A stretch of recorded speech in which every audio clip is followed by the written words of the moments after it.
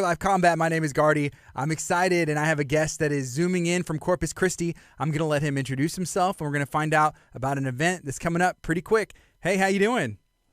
What's up, brother? How are you, man? I'm doing good. If someone hasn't had the chance to meet you before, can you tell them what your name is, and then where you train out of, what's your gym, and we'll talk about an event coming up. Yeah, absolutely. Yeah, my name's Roger Narvaez. I train out of Corpus Christi, Texas. I'm a black belt under Hector Munoz. I'm one of two fighters that come out of Corpus Christi, the other one being Anthony Smith, and fight in the UFC. I fought there for a few years, and now as a black belt, I'm just focused on competing in jiu-jitsu, testing myself on a regular basis, and forming a team. My team is Narvaez Jiu-Jitsu Club, and we're down here, like I said, in South Texas, just trying to put our stamp on the jiu-jitsu scene. Around the not only around the state, but around the nation, definitely.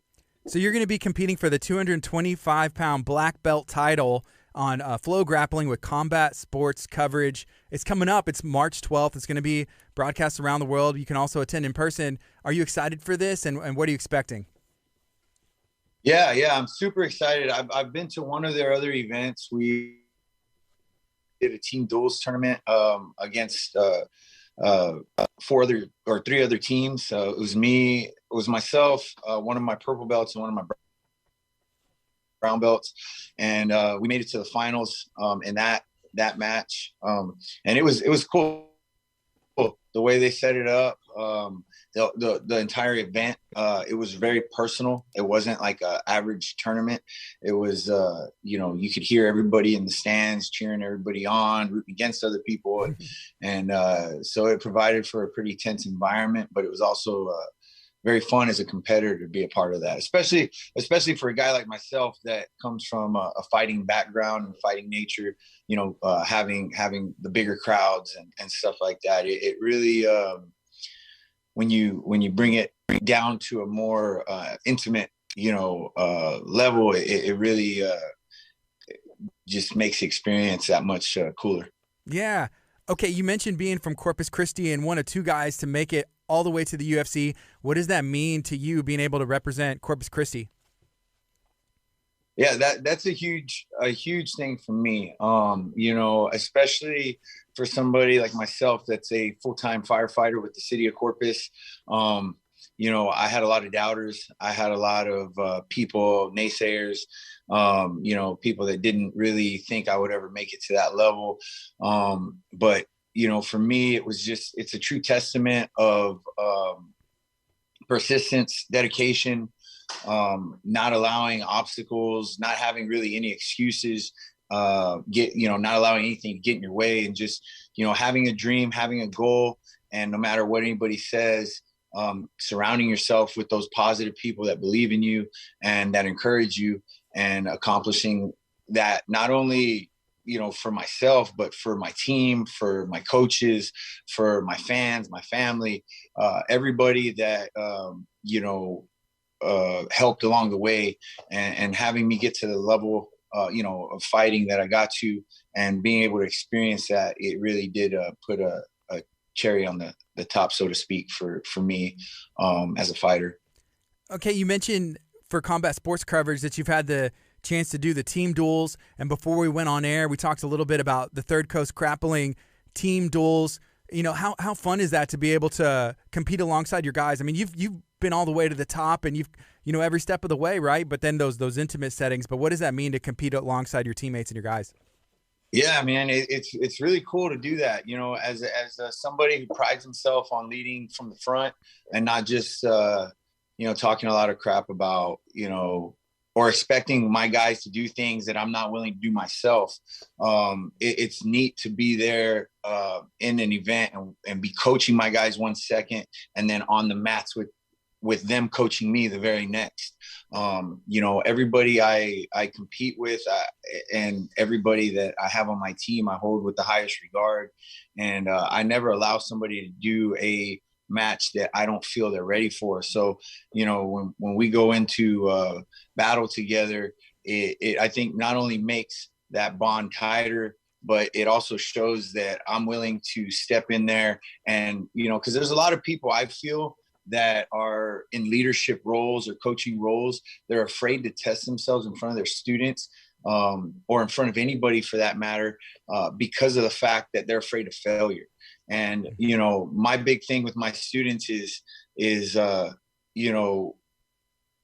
failing is just part of the journey. There's not one person that's been successful in life at the highest level of anything that has just succeeded in every single thing they've attempted. So I like these opportunities, not only in these team situations where I'm actually competing like in a match with them, but in competition in general, just whether it's competing with Sub 100 Pro or doing an IBJJF tournament. I always try to throw myself in there and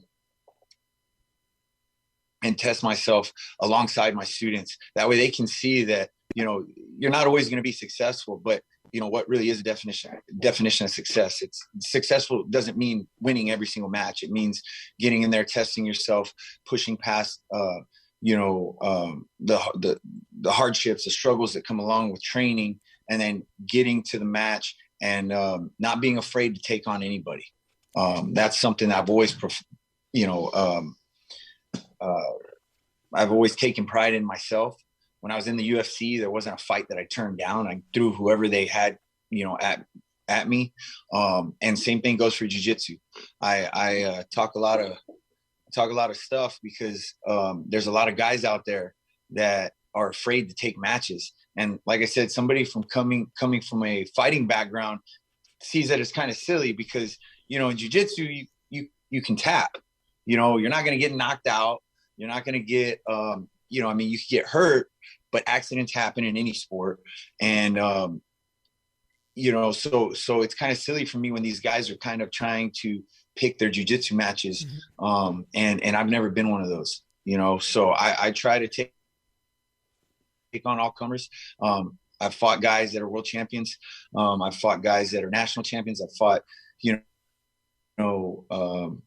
just the best of the best. And I haven't beaten, all of them, but every time I compete, it just brings my level up because I'm competing against guys at that level, Yeah.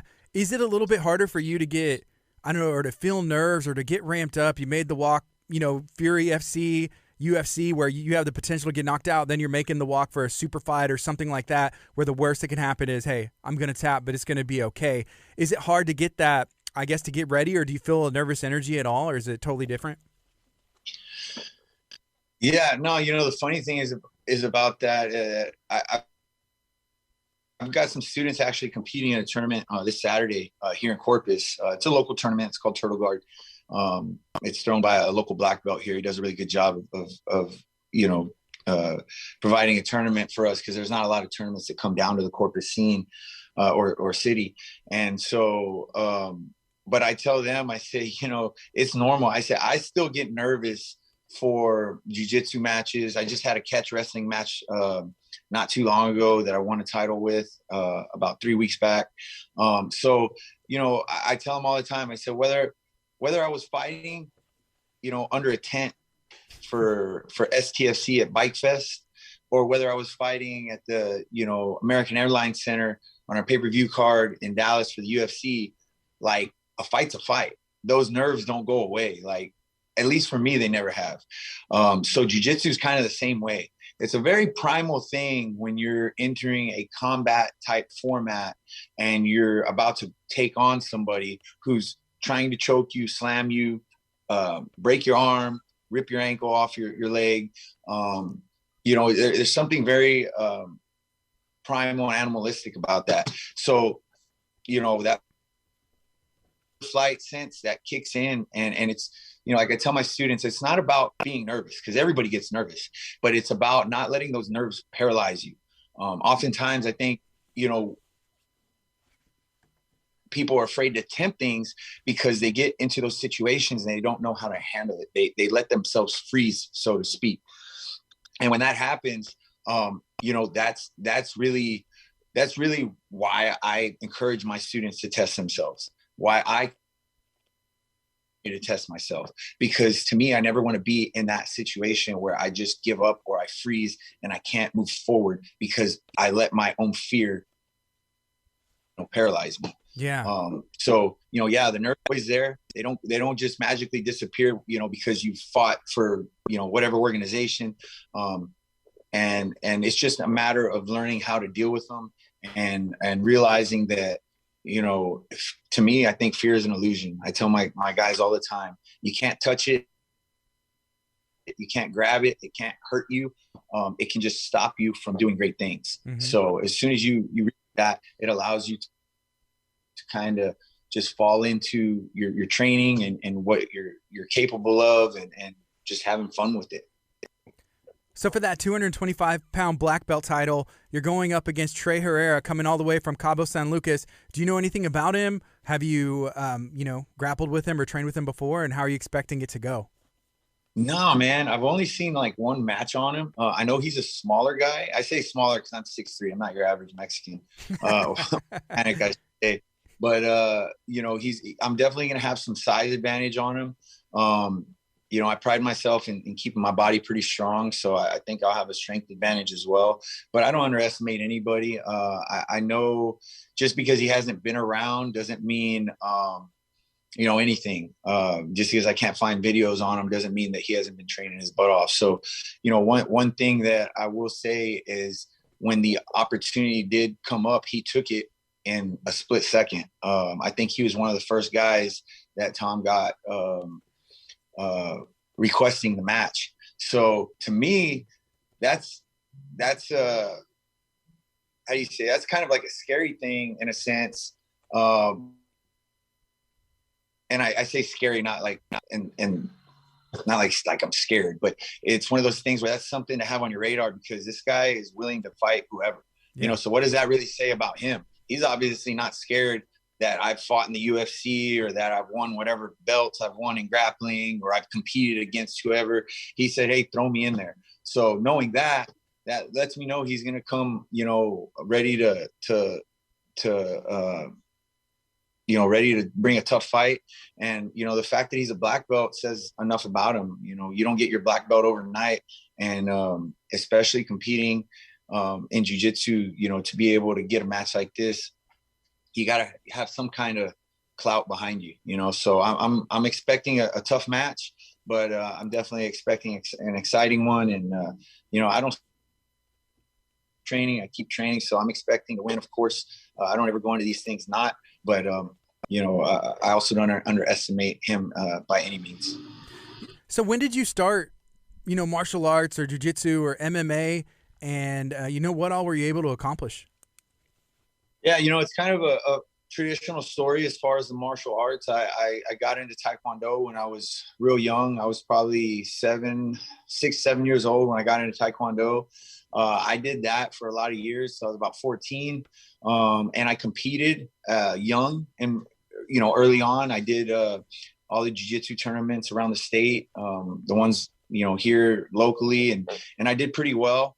I ended up getting my second-degree black belt by the time I was 13, I believe, 12 or 13 years old. And then, I always tell people, I say it's funny because, chicks didn't dig fighting back then. They didn't dig Taekwondo guys. They wanted the football players, the baseball players, and I was girl crazy at the time. So I did what got me a little bit more attention, and that was playing football. And then I've always been a pretty athletic dude, so I did pretty decent with that. And it wasn't until I was probably 24 that I rediscovered arts, and that was because one of my former high school teammates, he was a couple years older than me. We never actually played on the same football team, but Hector Munoz had really made a name for himself around the state as being one of the top fighters in his weight division. And so he came to Corpus, and he was a brown belt at the time. At the time in Corpus, there was no black belts. It was we only had about 4 or 5 brown belts, and he was one of them. And Hector was actually the first black belt to be awarded his black belt here in Corpus. And so I started training with him around that time. And then just my competitive nature, things took over, and I started doing jiu-jitsu tournaments. My first jiu-jitsu tournament was at blue belt, and I ended up doing pretty good. And I was winning, and then, I got my purple belt, and I started winning, and I just kept winning. And then next thing you know, a couple of my guys on my team wanted to fight. One of them being, Jimmy Flick. He was a young kid, at that age. I think he was only 17. He hadn't even turned 18 yet, but his parents signed off on him fighting as an amateur. So him and then my buddy Santos Rosales actually started fighting. And it wasn't until I went to my first amateur event that I looked around, because all I had seen was a UFC at that time. And at that time I was a heavyweight. So, I'm watching the Frank Mears and the Tim Sylvias and, Andre Arlovsky's and all these guys just killing it. And it wasn't until I went to go see the amateur events, I said, oh, there's levels of this stuff, Yeah. So then I was like, I could do that, and sure enough, I went in there, I turned amateur. I went 4-0. I started dropping weight. My last fight was at light heavyweight. Then I turned pro. Had a successful run as a pro on the circuit here in Texas. I got to 6-0. And man, I like to say, when you're doing God right, He does things right for you. So, I was really into doing well at that time spiritually, and just trying to make good choices. And I believe He opened some doors up for me, and one of those being the opportunity to fight in the UFC. So I had my first fight against Patrick Cummins in the UFC. Didn't go too well. That was the first time I realized that having a black belt doesn't necessarily mean that you can control everybody, especially when the guy was a national champion wrestler at Penn State. So that's also the first time I realized elevation is real, and it sucks when you can't get your breath. Yeah. Muscles are cramping up after a 5-minute round. I here at elevation, so we used to go 5-5s like nothing and think we were in shape, and then you get over there and it's like, oh yeah, this is different. So I had that loss, but then I dropped down to the weight class I've been fighting at, which is 185, and I took out Luke Barnett, who at the time was the number one guy coming out of Britain and at middleweight. And then I ended up fighting Elias Theodoro next, who was the Ultimate Fighter Canada winner. And a lot of people had me up on the card after the first round, but I ended up catching a kick. He kicks like a mule, and he ended up kicking my arm and snapping it in half. So, I continued to try to fight, but he took me down, pinned me against the cage. And then, the ref had to stop it because I was taking punches and couldn't get up. But, that pretty much was my UFC stint. It was kind of a crappy way that, I got cut. I actually got awarded, since that was the third fight on my contract, they actually called me and I ended my contract for another 3 fights. They bumped my pace. And then 3 weeks later, they called me and told me that I'd been cut. I was part of the largest cut in UFC history, which was, I think at the time they let go out of 400 something fighters, they let 110 of us go. Wow. So, thankfully I never quit the fire department. Yeah. But, that being said, just an opportunity for me to come back and try to make my way back into the fighting scene. I had a couple more fights after that, a couple title shots. It didn't really pan out. I had a couple tough fights and didn't, I didn't win them. But, all in all, it was a great experience fighting. It did a lot for me. It set me up a lot financially. I was very smart with my money.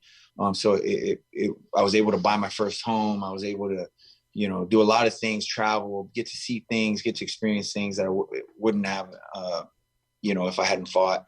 So all in all, it was a great experience that I'm just super grateful for. There's a lot of talk about fighter pay, and you mentioned, being smart with your money, being able to use it to get a house and some other things, right? Do you think these guys, they deserve to get, paid more coming out? Oh man, now that I can talk all the shit, sorry.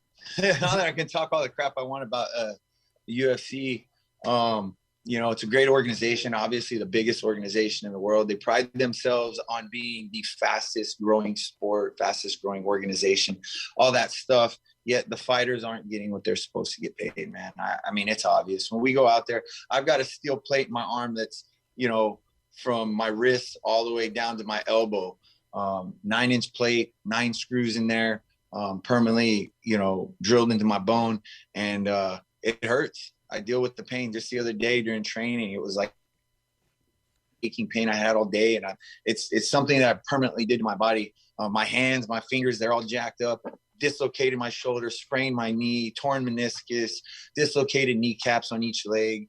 So when you talk about fighter pay, yes, I did that all willingly, and the fighter pay has gotten better, but it's nowhere where it needs to be. Not for the percentage that these top level execs are getting paid. When you hear what the UFC sold for, when you hear, you know, the guys that are, you know, on the undercards and what they're risking, you know, here's the thing that people don't get. Whether you're on the main card or you're on the undercard, you're still taking the same amount of risk. Now, that being said, yes, the undercard guys may not deserve, you know, $100,000 a fight, but you're paying these guys 10 grand, 12 grand, you know, even 20 grand, you know, and they're potentially only able to fight a couple times a year. That, I mean, think about that, man. We all know how far 40 grand goes, especially now with Biden at the helm and how the you know, economy's not doing the best. Inflation and all that. Yeah, exactly. We know what that is. So for a fighter that, you know, might make 40 grand, but then has to pay a percentage to his camp, has to pay a percentage to his coaches, has, you know, hopefully he has some sponsors to help get him by. But in the big scheme of things, you know, many of these are fighting, you know, and barely keeping their head above water. So it would be nice to see them get paid a little bit better. But, you know, on the other side of that, you know, you got guys like my buddy Derek Lewis up in Houston that, you know, came into this with nothing. And now he's been able to make some smart business decisions, has a beautiful home, has, you know, the cars he wants, you know, was able to buy his wife a salon and start a business. And he's got other business ventures going. You know, that's a man that really did the right thing and had the right people around him and was able to, you know, use his experience and the money making and not blow it, but actually capitalize off of it. So, you know, there are those success stories.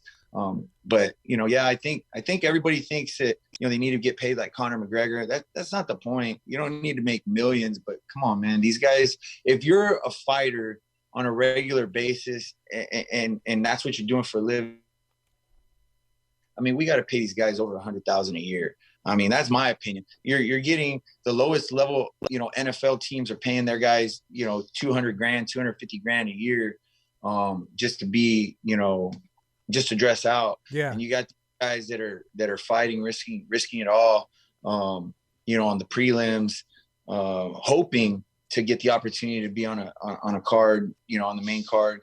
And, you know, they're not getting paid much. So, yeah, you know, they definitely, get the fighter pay up.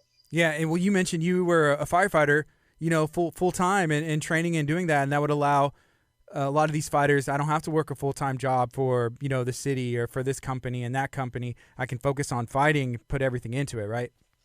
Yeah. I mean, when I fought the guys that I fought, not one of them had a full-time job other than fighting, in the UFC at least. You know, Luke Barnett did an interview where he was sleeping in an elevation tent before our fight, training out in Alliance, living on a yacht, you know, and Elias Theodoro was traveling the country. I think at that time he was with Minotauro Nogueira in Brazil, trained there, you know, meanwhile, I'm here in Corpus, you know, and then I'm traveling on my own dime to Austin and Houston every other day to get sparring in with bigger training partners. You know, luckily I had my boy Andrew Craig, who was a godsend for me once I got into the UFC. One of the smartest minds that I've come across when it comes to fighting, and himself being a vet, you know, he had a lot of great tips and he would, you know, welcome me up there to go and stay with him and train and, you know, but I'm having to get off of work at 8 in the morning, drive straight to Austin, get a training session in, wake up the next morning, get 2 more training sessions in through the day, drive back, and then be ready to work at 8 in the morning, a 24-hour shift. And then that cycle repeated itself throughout my camp. So, it definitely is, it just provides more opportunity, and it gives you a better chance to be successful when all you have to do is focus on the job of fighting. Yeah. So that's why I take pride in making it to the level that I did, because I didn't just fight. I had to deal with riding on the ambulance, making calls all day, all night, not sleeping, getting 2 hours of rest, and then going and making it to, strength training and, sparring sessions and things like that. So, I am pretty proud of myself for being able to stick with the grind and just keep, my determination and my level of wanting to succeed up during that time. Looking back at, the fights in the MMA career, is there anything that you would change or do differently looking back, or you suggest to fighters coming up? Fighters coming up. Yeah, definitely. Fighters coming up. I think, I grew up in a time where we just beat the crud out of each other in training. We thought sparring hard was necessary. And I'll tell you what, if you've ever been in a fight and you've got hit in the face, you can take a punch, then you don't need to be doing it every single day in practice. I think practice needs to be more focused on technique.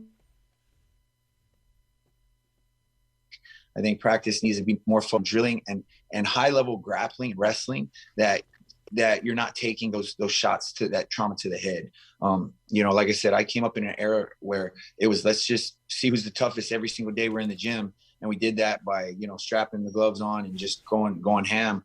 But, that definitely isn't the smartest thing to do. So that's one recommendation I have. The other thing is, man, these guys need to be smart with their money, and their finances. Fighting, for most people, it's a small window. I would say for most fighters professionally, it's 5 years or less. And so even if you're going to become a journeyman, don't make that journey be in vain. I've seen so many guys that have like 40 fights professionally, 20 fights, 30 fights, but they don't have nothing to show for it, man. I was fortunate to buy my second home this last August and move in with my fiance. And a lot of that was because I was able to pay off my car. I was able to do a bunch of things that I wouldn't have been able to do if I hadn't set myself up 10 years ago. Yeah. You got to be patient. You got to be smart. And the other thing is just make sure that you keep your circle close. You don't need to be the most liked person. You don't need to be the most respected person. You just need to make sure the people that are around you are nice to you and they respect you, because, there's a lot of snakes in the grass. And if you don't keep your yard short, you can get bit, from all sides. So you just got to be careful with that. But that's kind of the advice that I have to give. As far as myself doing anything differently, man, I wouldn't have. The only thing I'd have probably done different is, my last fight, I took my last fight and it was rushed. I had actually retired, and then I was going through a divorce, and I was just, I needed something to help me go through all that. And I used the fight, and I thank God for it. Because it really did help me to get through a bad point in my life. But at the same time, you got to fight for the right reasons. And in that situation, I think I could have found something else. Maybe I ended up taking a fight against Ike Villanueva, who's in the UFC right now, getting knocked out. And that's one that I wish I could have back, because I think I was doing it for all the wrong reasons. But, you live and you learn. And, honestly, I say I wish I could back. I just wish I would have had a different mindset about it. And, but I definitely don't regret anything with my fighting career. I'm very happy. And that's why I'm done fighting. I let these young bucks go in there and, I'll corner them. I'll help them get ready for their fights. I'll give them any advice I can. But, days of strapping it on inside the cage are definitely out. Don't get it twisted, man. Somebody gets on my nerves outside the cage, and I still got a lot of fight in me. But yeah, definitely in the cage, it's another story. Yeah. Who are some guys that you have that are coming up who are up next in MMA? Man, we've got a little stable of fighters coming up right now. I think the guys leading the way for our team is Peter Caballero. He's fought for Combate Americas. He's fought for Fury FC. He's one of the most dedicated fighters that I've seen. Kid's a nonstop grinder. He's one of the guys that we have. He fights at 135, and then we also have Eddie Torres. Eddie Torres is 4-1 as a professional. He's got a little less experience than Peter. I believe Peter is 10-4, or 9-4, or something like that. Not too familiar. I know it's up there, but Eddie's a beast. He's a kid that wrestled in high school and has really just wanted to fight his entire. I mean, since I've known him, I started my own team. He was still training with the team that. So I was with the team with my coach Hector. I went and started my own program. Eddie was still there with Hector, and then Eddie moved with us probably about 2.5, 3 years ago, and his progression has just been phenomenal. He's one of the best guys in the state right now, I think, and we're just trying to groom him and get him ready for those top tier fights. And that kid's got so much heart. He just had a brand new newborn baby, so his motivation on fighting has definitely changed. And he's another one that he's just a worker, man. That kid's got cardio for days, and he's got heart. I mean, you're gonna have to stop that kid. You're gonna have to knock him, or choke him out, because he's definitely got no quit in him. So again, a reminder: March 12th, you're going to be competing for that 225-pound black belt title and a super fight against Trey Herrera. It's going to be broadcast worldwide on Flograppling. You can also attend.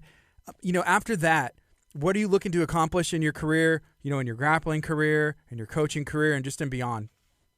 Man, I just honestly, with jiu-jitsu, I feel like, my goal here, I think I was put here to kind of be a leader of men. And when I say that, I mean to help people that are struggling. All the belts in the world don't mean anything in a few years, but it's the impact that you have on people while you're here that really matters. I got a couple belts in my garage gym that you can probably see behind me there that are up, but all my other medals,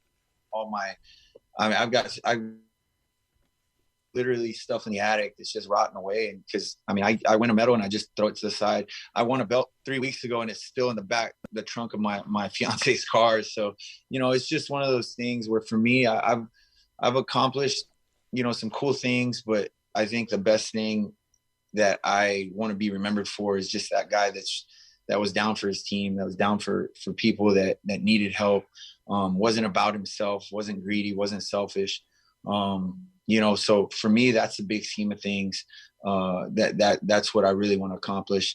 As far as jiu-jitsu, man, I just want to be able to test myself. I got these young bucks coming up, that got fire in their eyes, and the skills have just changed. So, I'm trying to fend them off for as long as possible. And I tell them, like, hey, it's not going to come easy, because, every lion has or every pride has the alpha male, and I consider myself that, and I'm not going to relinquish that throne. You're going to have to take it from me. So, I try to stay motivated with competition. I try to push myself. Winning's cool, but in the big picture, I'm just trying to stay deadly and be able to keep my skills up. And then the last thing is I want to build champions, man. That's my goal. I want to build champions, not only in life, but I want to build champions on the mat. I got a lot of people that I know can be world champions. It's just a matter of them believing that in themselves. And as a coach, that's my job, pull that out of them and make them realize how good they actually are. So I want to say within the next 5 years, I'd like to have some multiple world champions in different weights, different belts, different divisions. And I definitely have a squad of guys that could accomplish that. That's awesome. Thank you so much for hanging out. Is there anything else that you'd like to share today?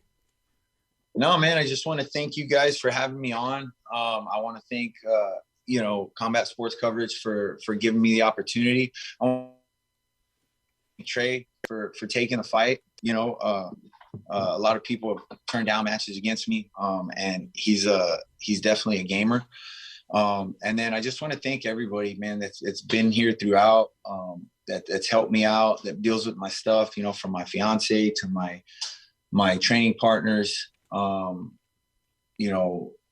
other buddies that own different gyms, that still make time to come and train with me, and my team for believing in me. But that's really it, man. I got a lot of good people around me, and that's really who I want to thank is the people that still support me and believe in me, because without them, who knows where I'd be.